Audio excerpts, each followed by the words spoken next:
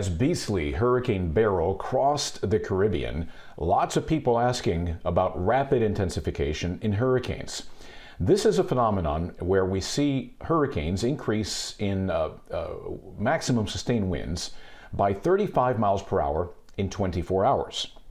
And this hurricane in particular exceeded that, of course, as we've seen it happen so often in recent years. Now, look at the satellite picture when Beryl was a very intense Category 5 hurricane as it was crossing the central Caribbean Sea. This system is the earliest forming Category 5 hurricane in the Atlantic Basin's history, which is obviously remarkable. As a matter of fact, east of the Lesser Antilles, we had never had a major hurricane form in the month of June. That's what Beryl was able to do as well. So Beryl is holding more than one record.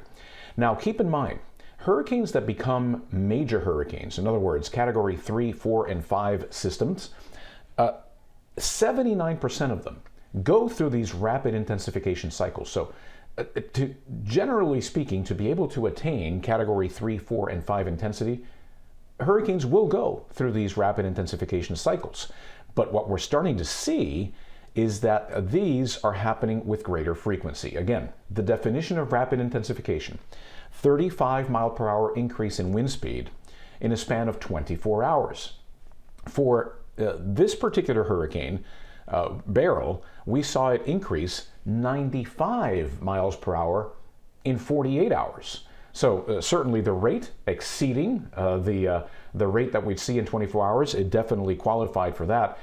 But by the way, I mean, this is not the most extreme example. We saw Hurricane Otis in the Eastern Pacific attain 115 mile per hour in wind speed in a span of 24 hours. 115 miles per hour. So it went from a strong tropical storm to a Category 5 in 24 hours. It was not well forecast. It slammed Acapulco, and they ended up with a very disastrous situation there in October of 2023. Now, what is driving this, right? Well, sea surface temperatures. We have seen over the last couple of years record-setting hot temperatures in the ocean, not just in the Atlantic, which is what you're looking at here, and the main development region of the Atlantic, but generally all over the world.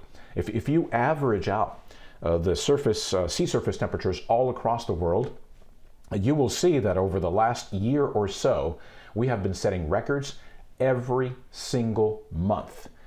And what, of course, is driving that?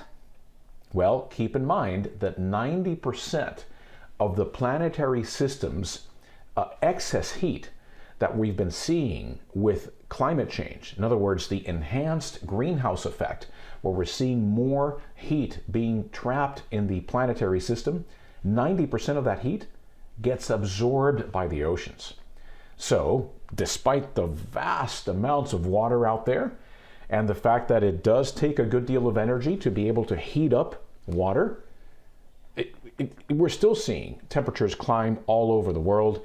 And for the Atlantic, what this has meant was what we're seeing this year, which is the development of Beryl with its 165 mile per hour winds at one point, firmly a Category 5 system, very early in the year, at the beginning of July, where normally we wouldn't see even the first major hurricane. Could be just a Category 3, just a Category 3. On average, that doesn't happen until September in a hurricane season. And here we are in the first couple of days of July, and we've seen a Category 5 major hurricane form already. So this is very concerning and a sign of things to come. So as you come back to me here on my broadcast here from the home office, my stream from the home office, I want you to understand the following. You know, you've known me over the last 30, 40 years as a just the facts hurricane forecaster, a non-alarmist, and you will still see that tone from me, generally speaking, in my hurricane coverage. But over the last couple of years, if you're perceptive, you've noticed a bit of a change. And I am increasingly concerned about this trend that we're seeing all over the planet for a greater proportion of tropical cyclones attaining category 3, 4, and 5 intensity. And as I've said numerous times over the last year or so, one of these years, one of these days, we're going to have a moderate tropical storm in the central Bahamas, and 36 hours later, it's going to slam into South Florida as a category 4 hurricane. I fear for that. I think people would not properly prepare themselves for that.